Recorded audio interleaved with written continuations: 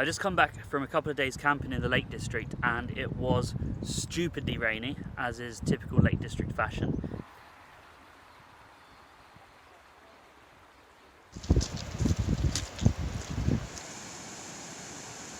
So the rain has decided to take a heavy turn. Bill, how you doing? Damp.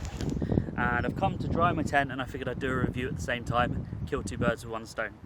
I think OEX is Go Outdoors' own brand, but you can buy them anywhere, which is kind of weird. You would have thought that it'd be specifically purchased from Go Outdoors. I bought it for £85, but it was marked down from 150.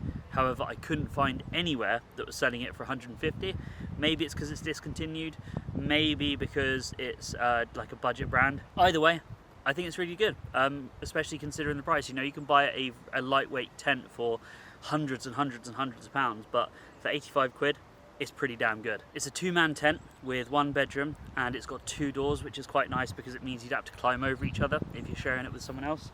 It also has these kind of winged bays so that you can put your stuff in. Now, the pictures made it look like the bays were a lot bigger than they are.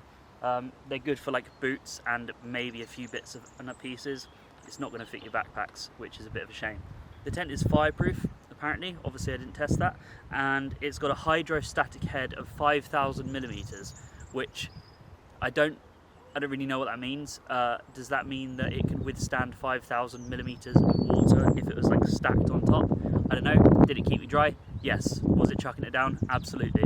So I guess it worked. The tent comes in at I think 2.2 kilograms, maybe 2.4, I don't remember exactly, but it's light enough to chuck in your backpack if you need to. I think if you were backpacking and, you know, carrying your stuff in and out, I would perhaps go for something a little lighter, but for what it is, it's not bad. So it takes about 10 minutes to pitch. I literally just filmed myself doing it and I came in at just under 10 minutes, so I guess that's pretty accurate. It's only got two poles as well, which is quite nice because it's literally bang the poles in, tents up, whack the top sheet over.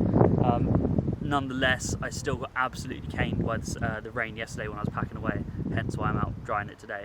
So inside the tent, there's enough space for apparently two people. It doesn't actually look like that when you're looking at it from the outside, but when you're actually inside, you could fit two people in it. It'd be really cozy. When you're laying down, I'm 5'11", you have a bit of space at the top of the tent, which I guess you could put your pack, and a little bit of space down the bottom of the tent. Again, put your, I don't know, wet clothes or whatever you want. It's got ventilation as well, so all inside here is netting. So when the wind was flying through the tent, it was coming up through here in the back of the tent and underneath, and it was kind of giving me like a breeze through the tent. So inside I've got the Vango Trek 3 Compact. It's just a little self-inflating sleeping mat.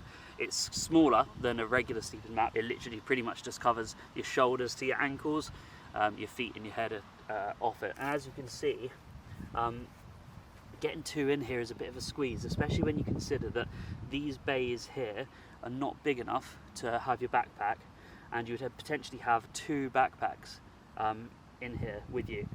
It's fine if you're sort of camping out of a car and you can just chuck everything in the car and have a bit more space inside the tent, but I don't know, it's a real squeeze for two people. Sorry, the exposure's all over the place, the sun keeps coming out and going back in again. What do I think? I think it's brilliant. I mean, it's 85 quid, it takes 10 minutes to set up, you got two poles, it's comfortably sleeps one, a bit of a squeeze for two, but if you need a bigger tent, then buy a bigger tent.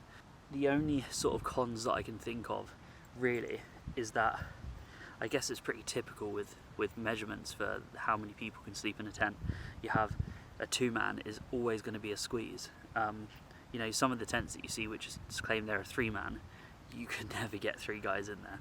That's just crazy. I guess the cons would be it's a bit big for a one-man and it's a bit small for a two-man.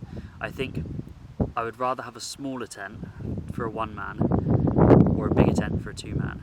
One of the cons as well is you can't really sit up that easily in it, so when you're getting dressed and whatnot, it's a bit of a pain, but like again, for the size, you can't really complain. This booth on either side of the tent, it's a really nice idea, but I just don't see how you could fit anything of any decent size in there. You know, if you think of like a big backpack, like a 60 litre or something, then there's no way it's fitting in there. I mean, you could probably squeeze it in, but then it'd be touching the tarp and it'd just get soaking wet overnight. So it's good for putting your boots in and, I don't know, your stove and all that sort of thing, but it's not big enough to put anything really properly big in. But apart from that, like, it's a cracking tent, you know. Did it keep me dry? Yep. Did it keep me warm? Yep. Did it stop the wind coming in? Kinda. Sure, you could buy like I don't know, like an MSR for 300 plus quid. It may be like a kilogram lighter, and it may be a little bit better designed. End of the day, it's 85 quid, so you kind of get what you pay for, but for the money, I recommend it. I'm just rambling now. Out of 10, I give this tent a rating of good tent.